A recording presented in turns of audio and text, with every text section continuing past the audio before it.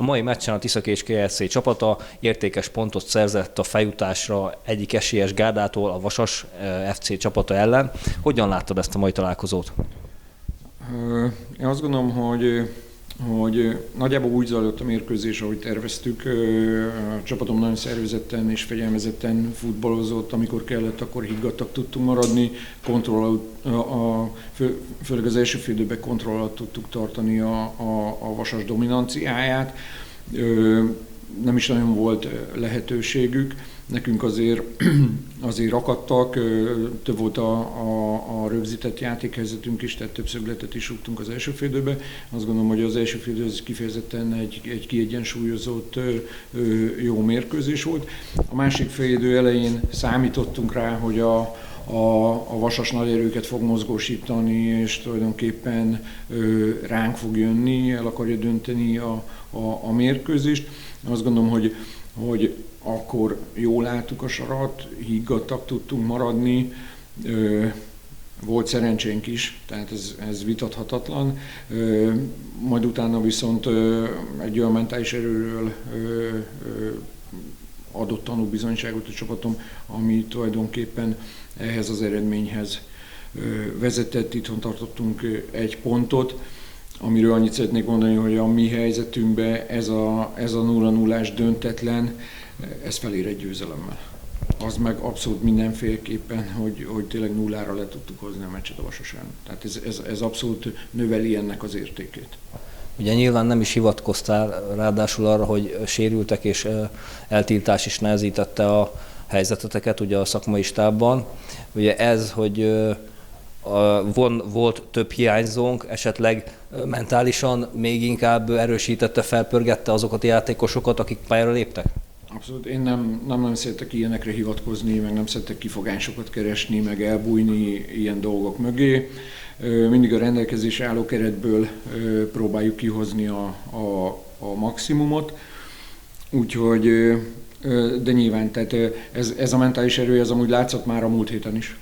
Tehát ez Szegeden is nagyon látszott a csapaton, de én azt gondolom, hogy ahogy megyünk meccsről meccsre, úgy erősödik ilyen téren is a csapat.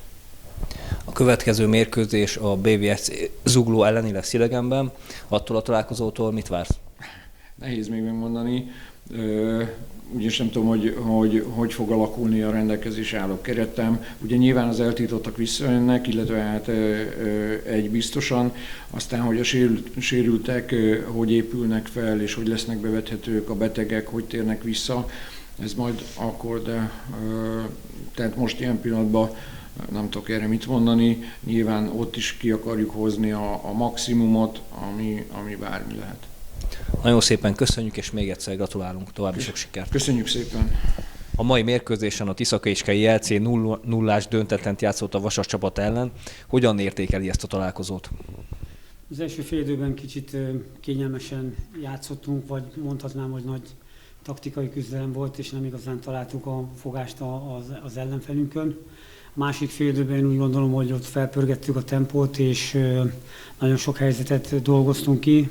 Ez a mai napon sajnos még az üres kapuba se sikerült betalálnunk. Itt volt kapufa, volt kapusbravúr, de ez ettől függetlenül ez ránk nézve a kritika, hiszen a helyzeteket be kell lőni, és akkor meg tudtuk volna nyerni ezt a mérkőzést. Ettől függetlenül természetesen gratulálok a Tiszakécsének, hiszen nagyon sok erőt mozgósítottak azért, hogy egy pontot itthon tartsanak. Ami pozitívum számunkra, hogy nem kaptunk most már a 4. mérkőzésen gólt, tehát van egy stabilitásunk, viszont ennyi helyzetet pedig büntetlenül nem lehet kiadni, úgyhogy így sajnos egyetlen egy ponttal kell megelégednünk, viszont az megint csak egy pozitív dolog, hogy azért az üldözőinktől 7 pontra vagyunk, tehát ez egy elég tetemes előny, viszont győzelmeket kell újra elérnünk ahhoz, hogy ezt meg is tudjuk tartani. Nagyon szépen köszönjük, és további sok sikert kívánunk. Köszönöm szépen, én is további sok sikert kívánok. Az első kérdésem az lenne, hogy milyen érzés volt pályára lépni a volt csapatod ellen? Nagyon-nagyon jó érzés volt, szerintem jól is ment a csapat, és nagyon fontos pontot tudtunk szerezni. Ugye már a mester már kiadta, hogy itthon nem kaphatunk ki többször, és ezt úgy készültünk egész héten, hogy ma mi biztos pontot szereztünk, és szerencsére sikerült. Ugye lehúztad a rollót, a csapat nem kapott gólt, talán a legjobb mérkőzésed volt eddig a Tiszakécskei kapuban. Te erről hogyan vélekedsz? Hát szerintem ez így van. Hétről hétre szerintem fejlődik a csapatjátéka is, a saját játékom is remélem, hogy ez így fog tovább folytatódni. Következő idegenbeli BVSC elleni mérkőzéstől mit vársz? 3 pontért megyünk szerintem, egy nagyon erős BVSC-hez, és szerintem 3 pont a cél mindenkinek, úgy fogunk készülni egész héten, és reméljük meg is tudjuk szerezni. Úgy legyen. Köszönjük szépen!